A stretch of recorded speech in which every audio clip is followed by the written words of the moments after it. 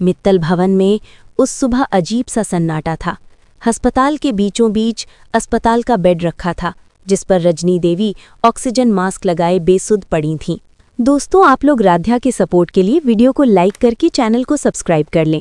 वहीं रजनी देवी की हालत ने पूरे हॉस्पिटल्स को हिलाकर रख दिया था। डॉक्टर साफ कह चुके थे कि रजनी देवी कोमा में है और उनका हालत बेहद नाजुक है। दरवाजे के पास सूटकेस थामे खड़ी राध्या की आंखें बार बार रजनी देवी पर टिक जाती थीं। उसका दिल गवाही दे रहा था कि इस हालात के पीछे कोई बड़ी साजिश है, मगर वो अभी कुछ साबित नहीं कर पा रही थी। तभी दादी गुस्से में आगे बढ़ीं। उनकी उंगली सीधे राध्या की तरफ उठी। बस बहुत हो गया राध्या, दादी की आवाज़ पूरे कमरे में गूंज उठी। रजनी देवी की इस हालत के पीछे जरूर तुम्हारा ही हाथ है। आज तक तुमने इस घर में सिर्फ परेशानियां ही दी हैं। राध्या कांपती आवाज में बोली। दादी, मैंने कुछ नहीं किया। आप चाहें तो मैं हर सच्चाई आपके सामने ला सकती हूँ, दादी ने तंज कसते हुए कहा। ठीक है, मैं तुम्हें आखिरी मौका देती हूँ। कल सुबह 10 बजे तक तुम्हें ये साबित करना होगा कि रजनी देवी की हालत के पीछे असली गुनहगार कौन है। अगर तुम नाकाम रही तो हमेशा के लिए मित्तल भवन से चली जाओगी। ये सुनते ही राध्या की आंखों से आंसू छलक पड़े। वो धीरे धीरे पलटी और दरवाजे की ओर बढ़ने लगी। तभी प्रथम की आवाज आई। राध्या, मुझे अभी माँ के अलावा किसी से भी मतलब नहीं है। अगर माँ को कुछ हुआ तो मैं तुम्हें कभी माफ नहीं कर पाऊंगा। प्रथम के ये शब्द राध्या के दिल में किसी छुरे की तरह चुभ गए। जिसे वो अपना सब कुछ मानती थी, वही आज उस पर भरोसा करने को तैयार नहीं था। अंदर ही अंदर वो पूरी तरह टूट चुकी थी।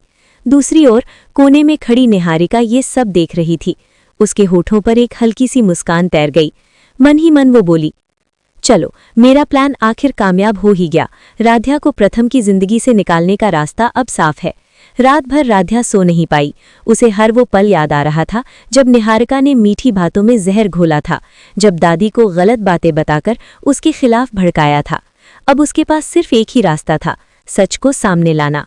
अगली सुबह घड़ी की सुई जैसे जैसे 10 की तरफ बढ़ रही थी, घर वालों की धड़कनें तेज होती जा रही थीं। राध्या वापस लौटी। उसके चेहरे पर डर नहीं बल्कि दृढ़ निश्चय था। दादी, राध्या ने कहा, मेरे पास सबूत हैं कि रजनी देवी की दवा में छेड़छाड़ निहारिका ने की थी। पूरा कमरा सन्ननिह गया। निहारिका के चेहरे का रंग उड़ गया, लेकिन वो फिर भी खुद को संभालते हुए बोली, ये झूठ है। ये सब राध्या की चाल है खुद को बचाने की। अब बड़ा सवाल ये था, क्या राध्या अपने सबूतों से निहारिका और दादी का असली चेहरा घर वालों के सामने बेनकाब कर पाएगी, या फिर साजिशें इतनी गहरी हैं कि सच दबकर रह जाएगा और राध्या को हमेशा के लिए मित्तल भवन छोड़ना पड़ेगा। अब बड़ा सवाल ये था, क्या दादी इस सच्चाई को मानेंगी या अपनी जिद में फिर भी राध्या को घर से निकाल देंगी? क्या प्रथम अपनी माँ की हालत के लिए असली गुनहगार को सजा दिलाएगा, या फिर निहारिका को बचाने की कोई नई चाल चलेगा? दोस्तों, कहानी में अब जबरदस्त ट्विस्ट आने वाला है। अगर आप लोग राध्या को सपोर्ट करते हैं तो वीडियो को लाइक करके चैनल को सब्सक्राइब करें। अगर आप भी राध्या के सपोर्ट में हो तो कमेंट में आई सपोर्ट राध्या जरूर लिखें, ताकि कोई भी अपडेट आपसे मिस ना हो।